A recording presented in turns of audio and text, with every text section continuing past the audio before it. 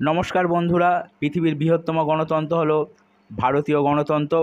ভারতীয় গণতন্ত্রের পীঠস্থান ভারতীয় লোকসভা ভবন সমগ্র বিশ্বের কাছে একটা দর্শনীয় স্থান বলে পরিগণিত হয়ে থাকে। এই ভিডিওতে আমি ভারতের রাজনৈতিক ইতিহাসে সবচেয়ে ক্ষণস্থায়ী বা সবচেয়ে কম সময়ের সরকার কিভাবে গঠিত হয়েছিল এবং কিভাবে তার পতন হয়েছিল তা আপনারা দেখতে পাবেন। বন্ধুরা, ভিডিওটি আপনারা শেষ পর্যন্ত দেখুন।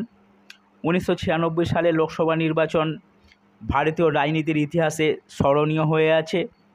সেই প্রথমবারের মতো বিজেপি লোকসভায় সবচেয়ে বেশি আসন পেয়েছিল এবং একক বৃহত্তম দল হিসেবে তৎকালীন রাষ্ট্রপতি শঙ্কর দয়াল শর্মার কাছে সরকার গঠনের দাবি জানিয়েছিল। তৎকালীন বিজেপির সর্বভারতীয় নেতা বিকাশ পুরুষ অটল বিহারী বাজপেয়ী এবং লৌহ মানব বলে পরিচিত লালকৃষ্ণ আদবানি রাষ্ট্রপতির কাছ থেকে আমন্ত্রণপত্র পেয়েছিল এবং প্রথমবারের মতো বিজেপি অটল বিহারী বাজপেয়ী প্রধানমন্ত্রী হিসেবে শপথ গ্রহণ করেছিলেন। তিনি ভারতের 10ম প্রধানমন্ত্রী ছিলেন, তবে শপথ গ্রহণের মাত্র 13 দিনের মধ্যে সরকারের পতন হয়েছিল। লোকসভার সংখ্যাগরিষ্ঠতা প্রমাণে তিনি ব্যর্থ হয়েছিলেন। 1996-এর লোকসভা নির্বাচনে ভারতীয় জনতা দল সবচেয়ে বেশি আসন লাভ করেছিল এবং ভারতের রাজনৈতিক ইতিহাসে সবচেয়ে ক্ষণস্থায়ী সরকার গঠন করেছিল অটল বিহারী বাজপেয়ীর নেতৃত্বে। তার আগে আমরা একবার দেখে নেব 1996 সালের লোকসভা নির্বাচনে কোন কোন দল কতগুলি আসন পেয়েছিল। কোনো দলই এককভাবে সেই নির্বাচনে সংখ্যাগরিষ্ঠতা অর্জন করতে পারেনি, তবে বিজেপি একক বৃহত্তম দল হিসেবে সরকার গঠন করেছিল। 1996-এর লোকসভা নির্বাচনে মোট আসন সংখ্যা ছিল 545টি। সংখ্যাগরিষ্ঠতার জন্য প্রয়োজন ছিল 273টি আসন। বিজেপি এককভাবে সবচেয়ে বেশি আসন পেয়ে সরকার গঠনের জন্য দাবি জানিয়েছিল। ভারতীয় লোকসভা নির্বাচন 1996 সালে ভারতীয় জনতা দল 161টি আসন লাভ করেছিল। মোট প্রদত্ত ভোটের 6,50,50,851টি ভোট পেয়েছিল। 20.29% মোট প্রদত্ত ভোটের লাভ করেছিল ভারতীয় জনতা দল। অপরদিকে ভারতীয় জাতীয় কংগ্রেস তারা 140টি আসন লাভ করেছিল।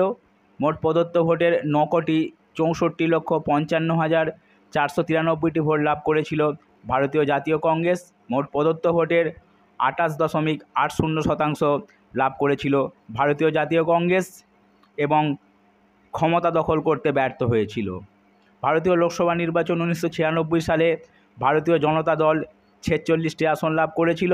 মোট প্রদত্ত ভোটের 2,70,70,340টি ভোট লাভ করেছিল। 8.08% ভোট লাভ করেছিল ভারতীয় জনতা দল। ভারতীয় কমিউনিস্ট পার্টি 32টি লোকসভা আসন লাভ করেছিল। 2,04,96,810টি ভোট পেয়েছিল। মোট প্রদত্ত ভোটের 6.12% লাভ করেছিল ভারতীয় কমিউনিস্ট পার্টি। অপরদিকে বাল ঠাকরে শিবসেনা 15টি আসন লাভ করেছিল এবং কাশিরামের বহুজন সমাজবাদী পার্টি 11টি আসন লাভ করেছিল। সিপিআই সেই নির্বাচনে 11টি আসন লাভ করেছিল। মুলায়ম সিং যাদবের সমাজবাদী পার্টি 17টি আসন লাভ করেছিল 1996 লোকসভা নির্বাচনে। তেলেগু দেশম পার্টি 16টি আসন লাভ করেছিল এবং দক্ষিণের রাজ্য তামিলনাড়ুর তামিল ম্যানিলা কংগ্রেস 20টি লোকসভা আসন লাভ করেছিল 1996 লোকসভা নির্বাচনে। ডিএমকে লাভ করেছিল 17টি আসন এবং পাঞ্জাবের শিরোমণি আকালি দল পেয়েছিল 8টি লোকসভা আসন 1996 লোকসভা নির্বাচনে।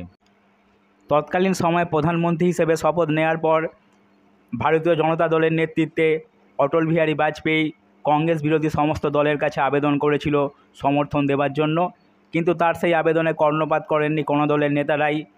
সিপিএমের হরকিষাণ সিং সুরজিৎ থেকে শুরু করে জনতা দলের প্রধান এইচ.ডি. দেবেগৌড়া সমর্থন দিতে ভারতীয় জনতা পার্টিকে অস্বীকৃত হয়েছিল।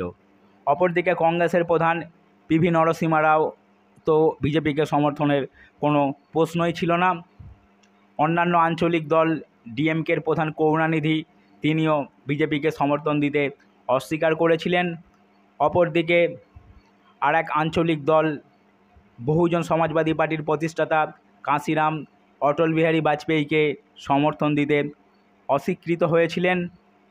অপরদিকে আরেক দল সমাজবাদী পার্টির প্রতিষ্ঠাতা মুলায়ম সিং যাদব ভারতীয় জনতা পার্টিকে সমর্থনের প্রশ্নে অপারগ ছিলেন। একমাত্র মহারাষ্ট্রের শিবসেনার প্রধান বালা সাহেব ঠাকরে অটল বিহারী বাজপেয়ীকে সমর্থন দেওয়ার জন্য প্রস্তুত ছিলেন, কিন্তু বিজেপির আসন সংখ্যা ছিল সংখ্যাগরিষ্ঠতা থেকে বহু দূরে।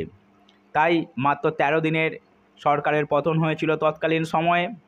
13 দিনের মাথায় অটল বিহারী বাজপেয়ী জাতির উদ্দেশ্যে ভাষণ দিয়ে পদত্যাগ করেছিলেন এবং তার পদত্যাগপত্র তৎকালীন রাষ্ট্রপতি শঙ্কর দয়াল শর্মার কাছে পাঠিয়ে দিয়েছিলেন। তো বন্ধুরা, এইভাবে ভারতবর্ষের ইতিহাসে সবচেয়ে প্রথম ক্ষণস্থায়ী বিজেপি সরকারের পতন হয়েছিল।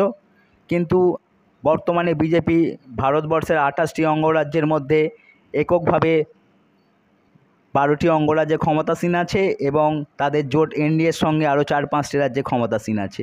তো বন্ধুরা, ভিডিওটি যদি আপনাদের কাছে তথ্যমূলক এবং ইনফরমেটিভ মনে হয়, প্লিজ আমার চ্যানেলটিকে সাবস্ক্রাইব করবেন। কোনো ভুলভ্রান্তি হলে কমেন্ট বক্সে লিখে জানাবেন, লাইক করবেন, পরিচিত বন্ধুদের মধ্যে শেয়ার করবেন। ধন্যবাদ।